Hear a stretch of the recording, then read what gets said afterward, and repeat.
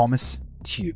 Thomas Tew died September 1695, also known as the Rhode Island Pirate, was a 17th century English privateer turned pirate. He embarked on 2 major pirate voyages and met a bloody death on the second, and he pioneered the route, which became known as the Pirate Round. Other infamous pirates in his path included Henry Every and William Kidd. Life and career. It is frequently written that Tew had family in Rhode Island dating back to 1640, but it is not known where he was born. He may have been born in New England. Another hypothesis suggests that he was born in Maidford, Northamptonshire, England, before emigrating to the American colonies as a child with his family. Although there is only a little circumstantial evidence for this, he lived at one time in Newport, Rhode Island. He is reported as being married with 2 daughters. According to one source, his wife and children all greatly enjoyed the New York City social scene after Tew became rich, but there is no supporting evidence for this. In 1691, Tew moved to Bermuda. There is evidence that he was already reputed as a pirate at that time, but no modern historian has determined whether or not this reputation was earned. He may simply have engaged in privateering against French and Spanish ships. He was in close relations with fellow pirate Captain Richard Want, who was his closest ally. Want became Tew's first mate on his first pirate cruise and sailed his own ship Dolphin alongside Tew's Amity on the second first pirate cruise. In 1692, Thomas Tew obtained a letter of marque from the governor of Bermuda. Various Bermudian backers provided him with the 70-ton sloop Amity, armed with 8 guns and crewed by 46 officers and men. He and another captain obtained a privateer's commission from the lieutenant governor of Bermuda to destroy a French factory off the coast of West Africa.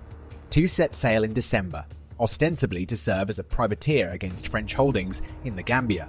He set out alongside buccaneer, privateer, and pirate George Dew aboard the sloop Amy. Shortly out of port, they were separated in a storm. Dew's dismasted ship limped alone to Saldanha Bay in South Africa, where he was arrested by the Dutch. Not long out of Bermuda, Tew announced his intention of turning to piracy, asking the crew for their support since he could not enforce the illegal scheme without their consent. Tew's crew reportedly answered with the shout, "A gold chain or a wooden leg? We'll stand with you." The pirates proceeded to elect a quartermaster, a common pirate practice to balance the captain's power. Tew reached the Red Sea and ran down a large Janjar dhow en route from India to the Ottoman Empire late in 1693. The dhow surrendered without serious resistance, inflicting no casualties on the assailant. Tew's pirates helped themselves to the ship's treasure, worth $700,000, equivalent to Ps 15 million, $326,292 in 2021, in gold and silver alone, not counting the value of the ivory, spices, gemstones, and silk taken. Dew's 45 men afterward shared out between Ps 1,200, equivalent to $783,916 in 2021, and Pes 3,000, equivalent to $510,876 in 2021 per man, and Tew himself claimed about 1,000, equivalent to so million. Tew urged his crew to hunt down and rob the other ships in the Indian convoy, but he yielded to the opposition of the quartermaster. He set course back to the Cape of Good Hope, stopping at Adam Baldridge's pirate settlement at St. Mary's on Madagascar to careen. She reached Newport in April 1694. Benjamin Fletcher, royal governor of Province of New York, became good friends with him and his family. Second pirate cruise. In November 1694, Tew bought a new letter of marque from Fletcher and set out for another pirate cruise. His crew numbered 30 to 40 men at departure this time. John Ireland served as navigator on Tew's Amity during their second cruise, although he claimed after his own capture that both he and Tew had been forced to serve by the sloop's mutinous crew.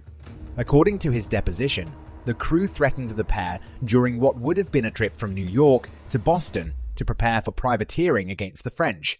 However, by the time that he reached Madagascar, Tew apparently increased his force to 50 or 60 men. They arrived at the Mandab Strait at the mouth of the Red Sea in August 1695, where Tew found several other pirates hoping to duplicate his prior success, including Henry Avery in the powerfully armed warship Fancy, fellow Rhode Island pirate captains Joseph Farrow and Thomas Wake, William May, and Richard Want. Tew and the other pirate captains decided to sail in concert. In September 1695, a 25-ship Mughal convoy approached the Mandab Strait, slipping past the pirates during the night. Tew and his fellow pirates pursued. The Amity attacked one of the Mughal ships believed to be the Fate Muhammad. Tew was killed in this battle, reportedly disemboweled by a cannon shot. Demoralized, his crew surrendered immediately, though they were freed later when Avery's Fancy captured the Fate Muhammad. The Amity returned to Baldridge's settlement under John Ireland's command to refit. They later swapped the Amity for Richard Glover's Charming Mary and plundered ships in the Indian Ocean under Captain Richard Bobbington. Legacy. Tew's burial site is unknown, but he is said to be the father of Ratsimilaho, a man who created a kingdom on the east coast of Madagascar. In addition, it has been claimed that Tew was one of the founders of the mysterious, and some believe fictional, pirate colony of Libertatia. King William II commissioned Captain William Kidd to hunt down several pirates, Thomas Tew and John Ireland among them, but Tew was already dead by the time Kidd set sail.